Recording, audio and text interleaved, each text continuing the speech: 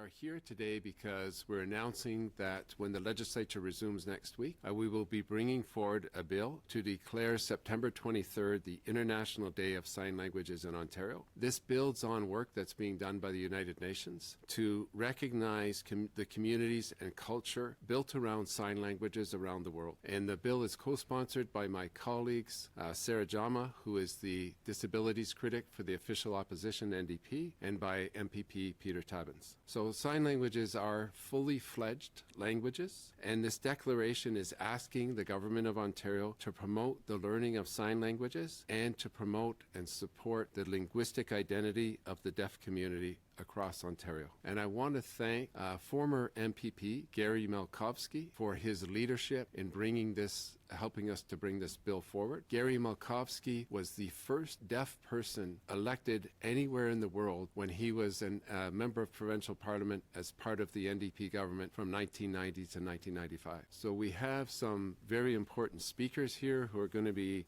telling us more about the importance of this bill. Our first speaker is Leah Riddell. She is the president of the Ontario Cultural Society of the Deaf. Leah. Okay, thank you so much for having me here. And what this declaration means is it's not only to promote the benefits of sign language across Ontario and for it to be documented but also the linguistic and cultural background that it has in removing barriers for deaf individuals and to encourage social interaction from babies, infancy, to adults, and as well for their natural language and access to communications. From infancy, sign language empowers expression and the need to express emotion, thoughts, and to be able to challenge thought, and to be able to, as well as to play and imagine and to develop. The linguistic acquisition is a strong foundation for education and for success. For deaf youth, they benefit immensely from sign language and being able to connect with their family, friends, and educators, and the people around them in society, as well as with community needs and developing relationships. So this supports the development of them in society and their emotional development. Now looking at adulthood is the amount that this supports deafened and deafblind individuals when it comes to employment opportunities, healthcare services, social interactions, and as well to be seen as equal to hearing individuals. So to recognize sign language in Ontario is a commitment to provide equal access, and as well, regardless of what your ability is to be seen as equal, including with senior citizens who may feel isolated to access. Is it being more inclusive for them as well? And sign language is something that we want to promote to reduce the amount of isolation and promote inclusion. So across Ontario, there's a strong commitment to emphasize sign language linguistic diversity and to respect equality amongst all people.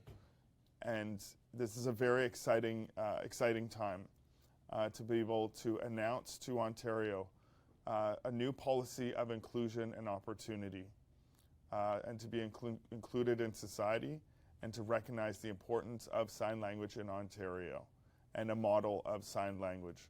So not only just talk, but commitment to sign language from early infancy, from birth and early infancy to adulthood, creating equality for all Ontarians. Thank you so much, Leah. Our next speaker is Denise Reed. She is the president of the Association Ontarienne des Sourds Francophone. Hello, my name is Denise, and I am the president, yes, as was mentioned. And so I work in Ottawa and live in Gatineau. And I am a representative of the Langsing Québécois community. And Langsing Québécois is a language that is very important and is a different language that is valued.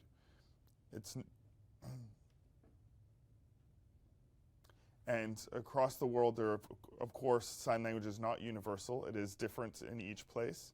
but it is very valued here as well. And so, as Leah was saying, it is something that is important to communication for children, for parents, for services, educational opportunities, and society to be able to break down those barriers and give deaf people the freedom to be able to fly and to do what they want to do, and to not create a cage or isolation for them, but to be able to live as free as they want. And there is a value to it, and we have paid the price. But it is important for us and for the deaf community. For French, Francophone, English, Langue Québécois, American Sign Language, for all of us to be able to communicate with one another. It is something that is so important. And without language, we don't have life. So this is something that is important, that we recognize the language that we have for all of us to be able to progress together and to break down those barriers. Because without that, we lose identity, we lose culture, we lose that equality amongst each other. So with language, it promotes identity and gives people a platform and an opportunity to be able to communicate. This is so important that we advocate for language and the acceptance of signed languages and equal rights for all, because no more can we live with the inequality. The future is about equality. And that is what we look forward to in the coming future. It's time in 2023 that we get this going. And I look forward to the equality, equal access that we have, and communication as a human right and standard in Ontario. Thank you. And before we go to Sarah Jama for concluding remarks, I just want to point out that there are 1.5 million Ontarians who are hard of hearing. There are 150,000 people who are deaf, and there are 15,000 sign language users in Ontario. So it is important that we recognize and support the sign languages in Ontario. And as we're introducing ourselves here, I learned a couple of signs, and if people at home would like to practice, if you come across somebody who's deaf, this is hello, welcome. And now I'll pass it to Sarah Jama for concluding remarks. Thank you.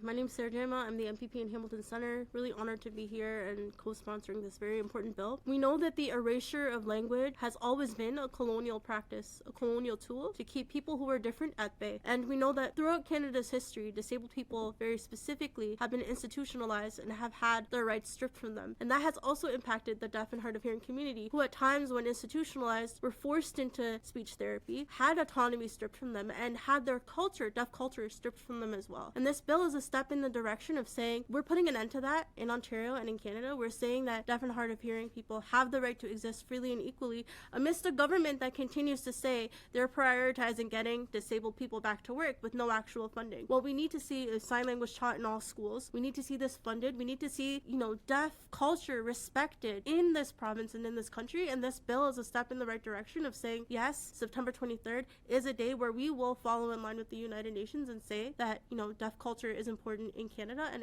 in Ontario.